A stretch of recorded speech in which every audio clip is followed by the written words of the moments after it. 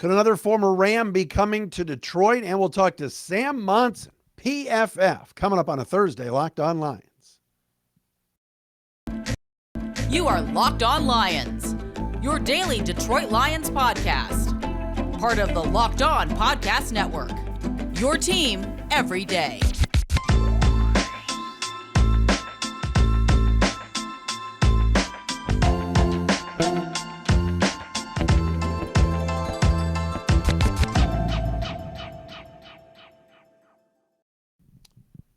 What's good, everybody? Matt Dery with you. It is a Thursday edition of Locked On Lions right here on the Locked On Podcast Network. Thursday, February 23rd and Friday, February 24th. Thanks for listening. Thanks for watching. If you're watching on the Locked On Lions YouTube channel, thanks for subscribing and checking us out wherever you get your podcast. Right here on the Locked On Podcast Network, your team every day. Locked On Lions today, brought to you by FanDuel, official sportsbook partner of the Locked On Podcast Network and the National Basketball Association. Don't miss a chance to get your no sweat first bet up to $1,000 in bonus bets when you go to FanDuel.com/lockedon. That's FanDuel.com/lockedon to learn more. Follow us on Twitter at Dery Speaks, DERY Speaks, at Locked On Lions on the Twitter, the Matt Dery Facebook fan page, and as always, watching us on the YouTube channel. Sam Monson is going to come on from Pro Football Focus. Always love the podcast that Sam and Steve Palazzolo do at PFF. The lead NFL analyst for Pro Football Focus. Sam's going to join us momentarily. Big news today that the Rams have released or are going to release and mutually part ways with All-Pro linebacker Bobby Wagner. Bobby Wagner is 32 years of age, still in very good shape. I know I was bashing Jalen Ramsey the other day saying that he was turning 30, but Bobby Wagner is one of my favorite players in the NFL. Middle linebacker that just knows how to play. And for years, 7-time Pro Bowler with the Seattle Seahawks. 8-time Pro Bowler, with the Seattle Seahawks. Last year, did not have a great September, but then came on as of late and still made the second team All-Pro for linebackers with the Rams on a bad Rams team at 31 years of age. He's now turned 32, and he's available. The Rams are going to let him go. They signed him to a 5-year, $55 million deal going into last offseason. And so they're going to save themselves some money. He's a cap casualty. Bobby Wagner's gone. Hand raised right here. Sign me up for the Lions. Seriously. God bless Alex Anzalone, Gaines Media's Alex Anzalone, and Derek Barnes and Rodrigo and all these guys that have played linebacker for the Lions. But I'm a Bobby Wagner fan. Bring him here. A middle linebacker that knows how to play. Yeah, he's not the same player, all right, as he was in Seattle. But Bobby Wagner's smart. He's a ball hawk. He's the captain of the defense. I think that would be an awesome pickup for the Lions. It's not going to cost, I don't think it's going to cost him $11 million per se. Now, Bobby Wagner's got to agree to come to Detroit, but he's looking for a contender, certainly, wants to end his career with a winner. And the Lions are a contender now. At least in the NFC they are. So if I see some rumors about Brad Holmes going back to talk to former Ram. Now, again, Brad Holmes wasn't in L.A. when Bobby Wagner was there because Wagner's only there 1 year. Brad's been here too. But if you want to play that Rams pipeline game one more time and get a guy like Bobby Wagner, I'd be all for it. I think Wagner's really good. Not the same player. I understand that. But the Lions could pick him up. Sign me up. I think that would be awesome. So let's keep an eye on that. Again, free agency is not for a couple more weeks. Got the combine coming up next week and everything else.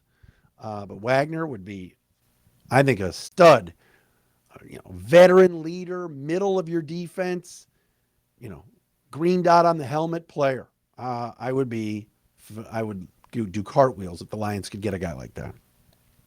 But we'll have to see if Brad Holmes wants to go in that direction.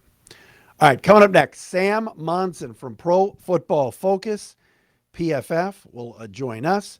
First, if you're looking for a delicious treat, but don't want all the fat and calories, you got to try a Built Bar. Look at it, look, folks, it's back.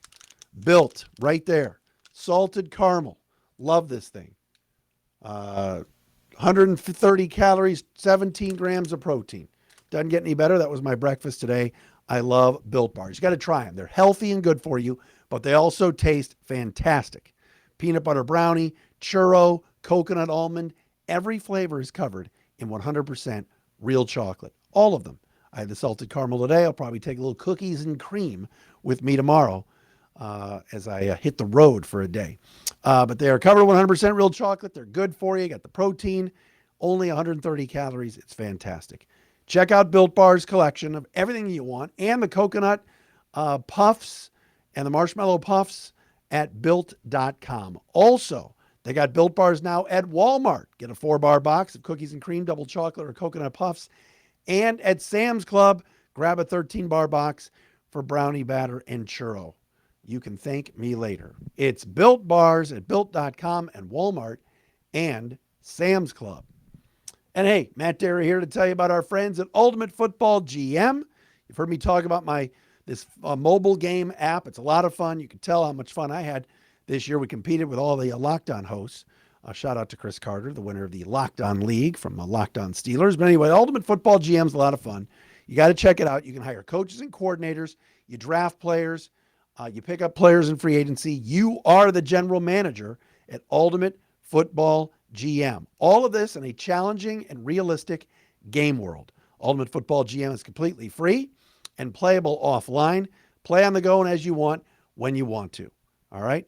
Locked On Lions listeners will get a 100% free boost to their franchise when they use the promo code LOCKEDON in the game store. That's in all caps, Locked On. Download the game by visiting ultimate-gm.com or look it up on the app stores. It's ultimate-gm.com. Ultimate Football GM.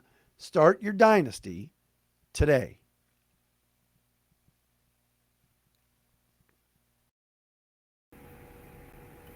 As promised, let's bring in Sam Monson from Pro Football Focus, lead NFL analyst for PFF. Gives us a couple minutes today here on the program. What's up, Sam? Hey, how's it going? I'm doing well. I'm doing good. I'm doing well as well. Great to hear from you and see you. So the Lions, here we are. You know, they become America's team now, Sam. As you look at the offseason, combine coming up, free agency and the draft, how do you kind of view Detroit, and do you see them being the favorites in the NFC North? Yeah, I think they're in a good spot. I mean, we saw this was a team obviously moving in the right direction throughout the season. We've loved for a long time kind of the process of how they've gone about this rebuild and done it in stages and done it over a period of time and obviously been given the breathing space to do it over a couple of years and not have to win, immediately and next year. And right now I need everything.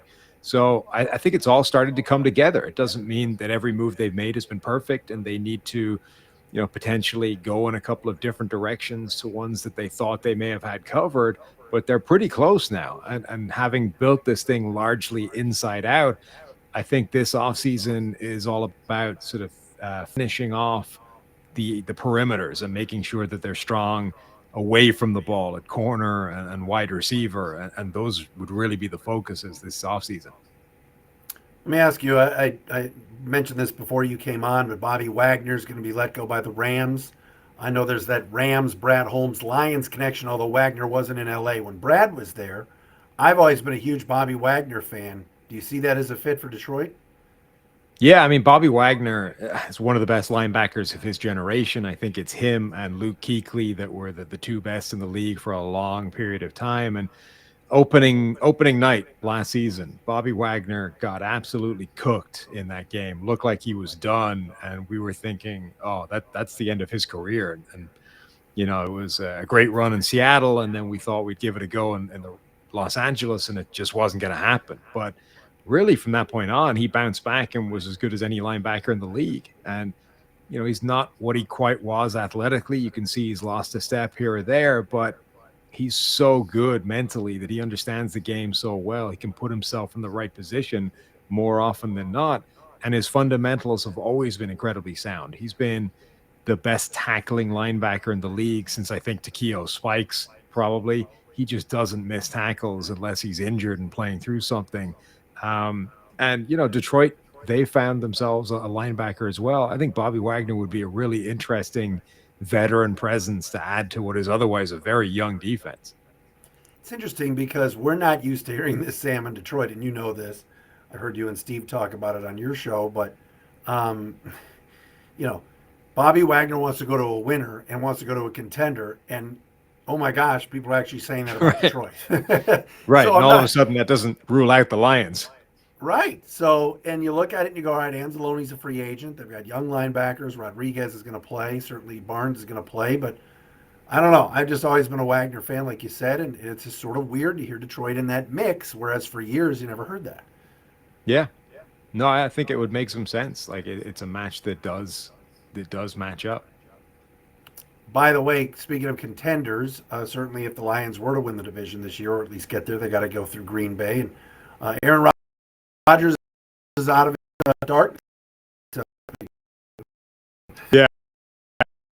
I mean, it's the world has come to in 2023. Like we're reliving now. There's a darkness retreat involved. Do you think he's going to stay there? What do you think? Don't know. I think what we're seeing with all these reports that are saying the exact opposite things to each other, some are saying he's definitely gone. The Green Bay Packers moved on. He's going to be somewhere else. And others are saying we're talking to somebody high up in the building. That's all really overblown. Rodgers is going to be back next year. I think really it's a product of nobody outside of Aaron Rodgers knows. And I don't even know if he knows yet. Like we are all sitting here waiting for whatever he decides to do. I doubt that the Packers have made their mind up, but I think they quietly like him to want to go somewhere else because if they're not going to do it now, go to Jordan Love. It's never going to happen. They'll have basically wasted a first-round pick and an entire, potential future quarterback's rookie contract without having any real idea what he is. Sam Monson with us, Pro Football Focus, on Twitter at PFF_Sam, lead NFL analyst. You wrote a piece today about guys that are going to break out in year two. Maybe they didn't have great rookie years, and you put Jameson Williams on that list. What do you see from J-Mo, and how good do you think he can be? And you obviously said, breakout year, but what do you think that means for him? Yeah, I mean, I think anybody that watches his tape would have to expect him to have a serious impact next season. He has that speed and quickness and just burst that very, very few players have. And even coming back off a torn ACL, you can see he moves differently to other players on the field. And that's going to scare defenses. And obviously, year one was kind of like a redshirt year for him. They didn't get him on the field until late. And even then, he was on a pretty strict restricted snap count, 10, 20 snaps in a game. Never saw the ball come his way more than a couple of times. I think next year with a complete offseason to get healthy, he's going to be a pretty big part of this offense. And I would expect him to get, 75 plus targets in the year, rack up 700 yards, get a few touchdowns, a handful. He's going to be, I think, that designated deep threat in this offense and really complement Amon-Ra St. Brown and play off each other and really open up some space. It's interesting because some people believe that all these free agents are going to come back and be in Detroit next year, re-upping, Jamal Williams or John Kaminsky or Deshaun Elliott. What about DJ Chark? And could Jameson Williams not have a breakout year if Chark's back? I mean, it's almost like there's a lot of receivers there, and you mentioned they could still add another one. Yeah, it's possible. I think they're probably likely to let DJ Chark walk specifically because Jameson Williams is probably now ready to step into that role. I think Chark was a really nice kind of 1 year gamble because he has the potential to have that kind of season. It didn't work out. I doubt they kind of re-up for another go-around at that because, as you say, not only have they got Jameson Williams there, but it could potentially take away from what Jameson Williams can be. So I think it's just a sort of ready-made transition period now for them. Sam, what about you mentioned before, cornerback and maybe another receiver? And I want to get to the draft in a second, but what's your view on Jeff Okudah? And obviously, they have to make a decision in May, by May 1st, about his fifth year, but likely going to be back for his fourth year. But how do the folks at PFF, how do you kind of view Okudah? And is this sort of a make or break year, or do you think he's a lock to stay for 2 more years? I think it is a make or break year. We saw last season he started to make moves in the right direction, but I think he still has a fairly long way to go. The first couple of years were pretty much disastrous. This past season, he played a lot better, but still wasn't great. This is not the guy we expected to see when we were projecting him into the NFL when he was drafted so high.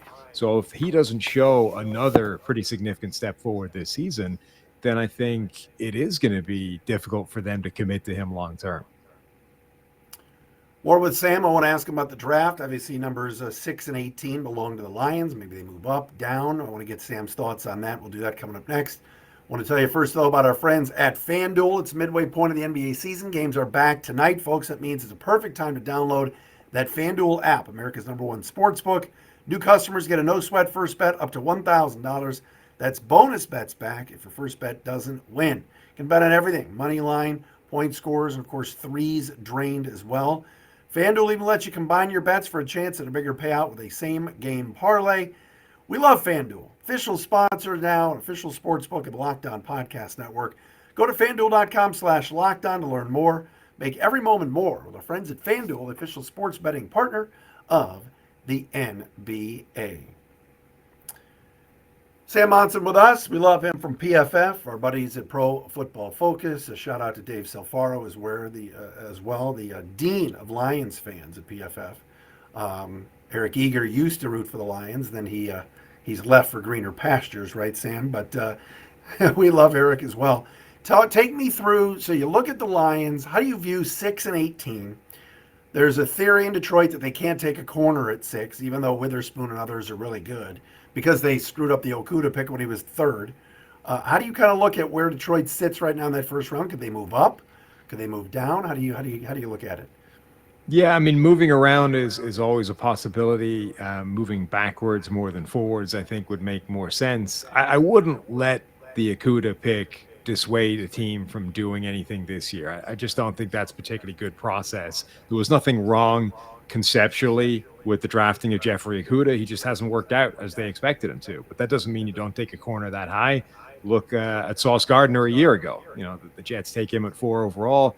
He's not only the best rookie corner last year, he's the best cornerback in the NFL last year. So it can work out absolutely fine. And if you're picking at 6, you probably have the choice of the best corner in the draft. I don't think one is going to go before that. And if that's Devin Witherspoon, which I think a lot of people would have there, I think he is worth a pick that high, at least based off the tape he showed last season where, 90 plus PFF grade, the guy hits like an absolute freight train. He allowed a passer rating into his coverage of 25. Obviously, it's a relatively low sample size of really elite play, but he showed the ceiling is there. So I don't think that's a bad pick that high, even though the last time they did it, it didn't work out.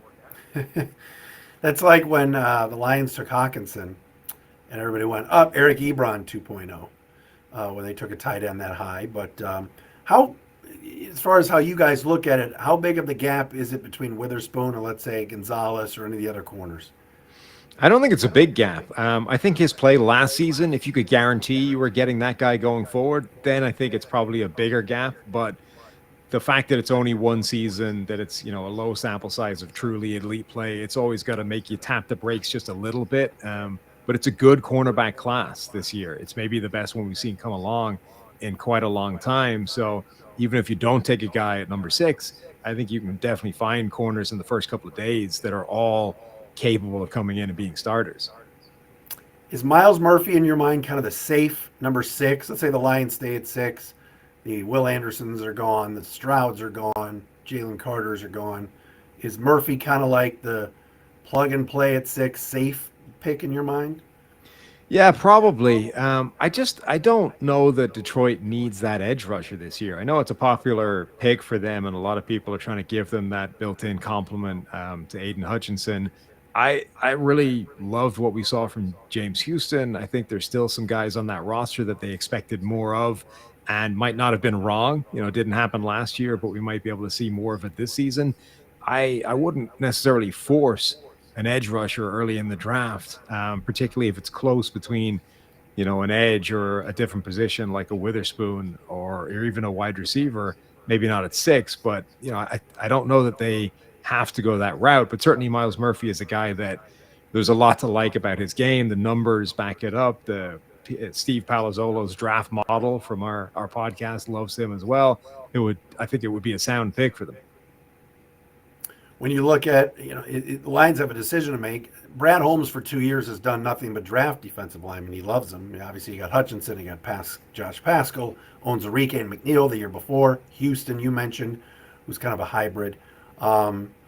But he's got a decision to make on Charles Harris or Romeo Okwara. I would assume he's going to keep one and dump another for cap purposes. But you're right, there's more depth on that D line maybe that we don't even think about. Plus, they'd like to bring John Kaminsky back, but I have a feeling Kaminsky could command some money elsewhere, don't you think?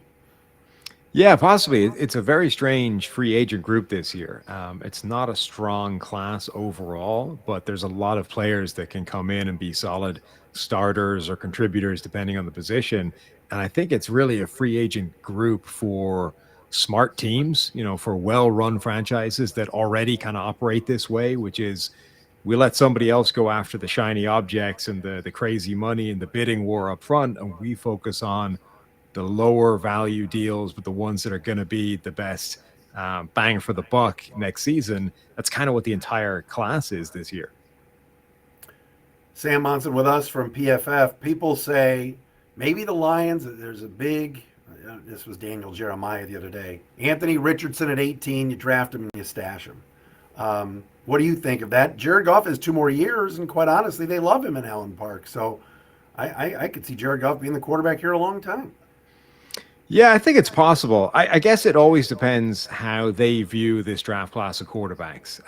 It's a very strange group. Like there's 4 guys that we think are going to go high in this first round. Maybe all 4 of them go in the top 10, but I've seen all 4 of them at this point mocked number 1 overall. I've seen all 4 of them slip a little bit in the top 10. And if Detroit values one of those guys as the best quarterback in the draft, and all of a sudden he ends up sliding, he's the guy that starts to slip down the draft, and maybe it is Anthony Richardson. He ends up being there at 18. Like if they think he's the best quarterback in this draft, you'd be crazy not to take him at that point, right? So I think it depends how they view these guys, and the viewpoints on them are going to be all over the map because it's a very strange group where each one of them has got strengths. Each one of them has got something to be scared about, which means that almost anything could happen. But I certainly wouldn't rule out the possibility of them just deciding that it's too good a value at 18 after they've already made a first-round pick at a position, that they think can come in and help right away, even if they like Jared Goff that much. What are you doing if you're the Bears, Sam? You're the GM of Chicago. Who do you like? I would keep Justin Fields. I would trade away the pick. I would try and get to number 4. I think the Colts probably want to make a move, grab their quarterback. If I could get to 4, pick up a first-round pick next year as a kind of hedge, as a Justin Fields insurance in case he doesn't work out, and still end up with either Will Anderson or Jalen Carter, to me, that's an absolute home run for Chicago. Obviously, it depends what the offers are that come in. There's probably an offer that would make me trade away Justin Fields. Equally, there's probably an offer that would make me go down further than number 4 if the right deal came in. But I think they're in a great position of strength to just sit there and be open for business and see what deals get put on the table. Sam, always love the conversation. Thanks so much. Anytime. Thanks for having me. Sam Monson with us, PFF at PFF_Sam on Twitter, and does a great job at Pro Football Focus, their lead NFL analyst. This has been a Thursday edition of Locked On Lions.